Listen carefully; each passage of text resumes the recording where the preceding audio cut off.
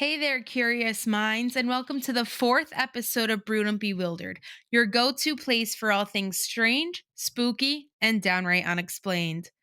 I'm your host, Jess, and whether you're sipping on your morning coffee, taking a break at lunch, or just in the mood for some mystery, you're in the right spot. Each week, we'll dive into chilling true crime cases, mind boggling paranormal events, cults, conspiracies, and the weirdest happenings that defy logic. In these short episodes, we'll brew up some unsettling stories to keep you questioning everything you thought you knew. So grab your coffee, settle in, and let's get bewildered.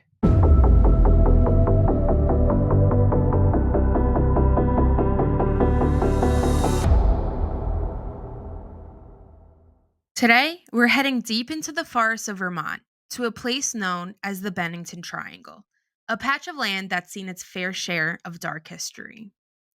Back in the 1800s, Glastenbury was a remote, bustling logging town tucked high in Vermont's Green Mountains. But things weren't all as peaceful as they seemed. Mysterious murders and rumors of a curse shadowed the town, and by the early 1900s, it was abandoned after a catastrophic flood. Despite its ghost town status, the area remains a popular spot for hikers, hunters, and adventurers drawn to its wild beauty and remote wilderness. But in the 1940s, something unsettling began to happen. People started to disappear in the woods without a trace, without a reason. What followed were mysteries that have baffled locals and investigators for decades. Between 1942 and 1950, 7 people disappeared. Some were never found, others under bizarre circumstances. Let's walk through their stories. In 1942, a 39-year local, Melvin Hills, disappeared while traveling through the dense wilderness near Glastenbury. No official search was launched, just scattered efforts by neighbors who assumed he'd gotten lost. His belongings were never found, and no trace of him was ever discovered. In November 1943, Carl Herrick went hunting with his cousin deep in the Bennington woods. They separated briefly, and Carl never came back. When searchers found his body, it was lying strangely in an open clearing, with his fully loaded rifle abandoned nearly 70 feet away. Even more unsettling, the autopsy showed that Carl had suffered crushing internal injuries. His ribs were shattered, his lungs punctured. In 1945, a 74-year-old hunting guide, Mitty Rivers, was well acquainted with the land and led a group near an area called Hell Hollow. He moved ahead of the group, but when they reached camp, he was gone. A weeks-long search turned up nothing, except a spent rifle cartridge near a stream. No blood, no footprints, no struggles. In 1946, Paula Weldon was a sophomore at Bennington College. She set out for a hike on the long trail one afternoon. She was seen by other hikers, even asking for directions. Then, nothing. No sign of her. Paula hadn't packed a bag or brought any money. She said she'd planned to be back within a couple hours. What followed was a massive search effort: bloodhounds, helicopters, even the FBI. But despite all the resources poured into finding her, no trace of Paula was ever discovered. 3 years later, in 1949, James E. Tedford, a 68-year-old veteran, was returning to the Bennington Soldiers' Home by bus when he vanished. Passengers reported seeing him at the last stop, but when the bus arrived in Bennington, he was gone. His luggage was still in the overhead rack, and his bus schedule was left open on his seat. Even stranger, he disappeared on the exact same date as Paula Weldon 3 years earlier. 1 year later, Paul Jepson, an 8-year-old, was left alone near his family's farm. His scent was traced by bloodhounds to a crossroads, the same spot where Paula's trail had gone cold.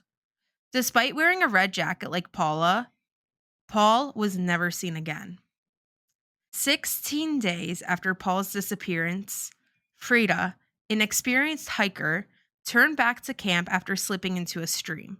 She never made it. Her body was found 8 months later in an area that had already been searched. No one could explain how she got there or what happened. So,